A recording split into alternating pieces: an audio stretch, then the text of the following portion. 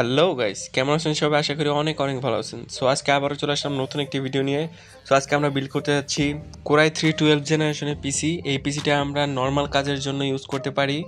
যে কাস্টমার নিয়েছেন উনি অফিসিয়াল কাজ করবেন। আর এই পিসিটির সাথে আমরা র্যাম ইউজ করতেছি প্যাট্রিয়টের 8GB DDR4 3200 মেগাহার্টজের একটি র্যাম। এই র্যামটির সাথে আপনারা লাইফ টাইমের ওয়ারেন্টি পাচ্ছেন। আর এসএসডি হিসেবে আমরা ইউজ করতে যাচ্ছি কিং ফাস্টের 256GB M.2 NVMe একটি এসএসডি।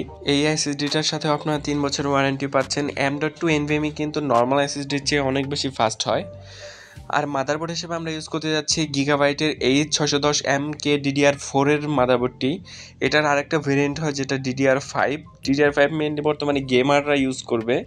অফিসিয়াল কাজের জন্য এই মাদারবোর্ডটি মোর দেন এনাফ। চলুন মাদারবোর্ডটি আনবক্স করে ফেলা যাক। এরপরে অবশ্যই ফুল আনবক্সিং থাকবে, কিন্তু আপাতত দেখতে যাচ্ছে ভিতরে কি আছে। একটা বে আছে, একটা SATA কেবল আছে, আর কাঙ্ক্ষিত মাদারবোর্ডটি এই বক্সের ভিতরে থাকে। এর বাইরে আর কোনো কিছুই থাকবে না। সবাই কিন্তু আমাকে জিজ্ঞেস করছেন যে ভাই 20-22 হাজার টাকার ভিতরে কি গেমিং পিসি বানানো যাবে? নর্মালি কিন্তু গেমিং পিসি কিন্তু এত কম বাজেটে বানানো যায় না। যদি গেমিং পিসি এত কম বাজেটে বানানো যায় তো তাহলে কিন্তু কেউ 40-50 হাজার বা 1 লাখ টাকা খরচ করতো না। সবাই 20-25 হাজার টাকার ভিতরে গেমিং পিসি বানাতো। নর্মালি গেমিং পিসি বানাতে হলে গ্রাফিক্স কার্ড রিকোয়ারমেন্ট অনেক, র্যামের রিকোয়ারমেন্ট অনেক ধরনের রিকোয়ারমেন্ট থাকে। সো সেই জন্য গেমিং পিসি হয়। আমরা চেষ্টা করতে পারি যে কম বাজেটের ভিতরে যাতে টুকটাক গেমিং করা যায় এমন পিসি বানানোর। সেটা 20-25 হাজার টাকা যেসব পিসি আপনারা বানাতে পারবেন সেগুলোতে টুকটাক গেমিং করা যাবে। অনেকে আবার বর্তমানে মনে করেন মানুষকে অনেকভাবে ঠকাচ্ছে যে 20-25 হাজার টাকায় গেমিং পিসি, এটা ভুল ধারণা। 20-25 হাজার টাকায় টুকটাক গেমিং পিসি বানানো যায়। যদি আপনারা অনলাইনে এরকম কোনো বিজ্ঞাপন দেখেন যে 10 হাজার টাকায় গেমিং পিসি, 15 হাজার টাকায় গেমিং পিসি, এগুলো ভুল ধারণা।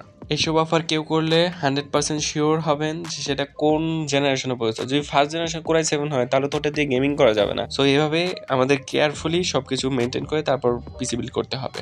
সো চলুন আবার পিসি বিল্ডে ফেরা যাক। সো এই পর্যায়ে আমাদের প্রসেসরটি লাগিয়ে ফেলতে হবে। প্রসেসরটি লাগানোর ক্ষেত্রে অবশ্যই মাদারবোর্ডের তীরচিহ্ন এবং প্রসেসরের তীরচিহ্ন দেখে অবশ্যই প্রসেসরটি লাগাতে হবে, তাছাড়া কিন্তু অনেক ধরনের প্রবলেমে পড়তে পারেন।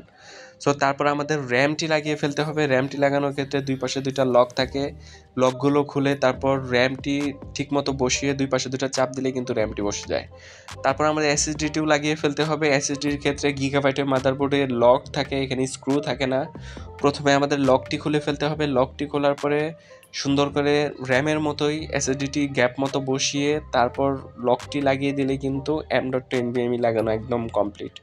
এসএসডি যদি লাগান আপনারা SATA এসএসডি, সেক্ষেত্রে কিন্তু আপনাদের অন্যরকমভাবে লাগাতে হবে, মানে SATA কেবল লাগাতে হবে।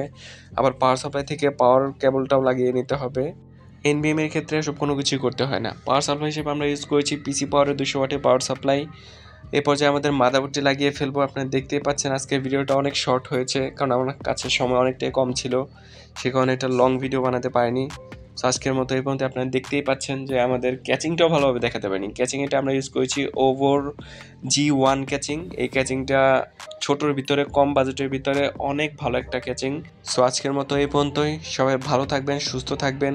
যদি পিসি বিল্ড করতে চান অবশ্যই আমার হোয়াটসঅ্যাপে যোগাযোগ করবেন, আমি হোম ডেলিভারি করিয়ে দেবো। আর আমার ভিডিও ভালো লাগলে অবশ্যই লাইক করবেন, শেয়ার করবেন, আর আমার ভিডিও ইনফরমেটিভ হলে অবশ্যই সাবস্ক্রাইব করবেন। আল্লাহ হাফেজ।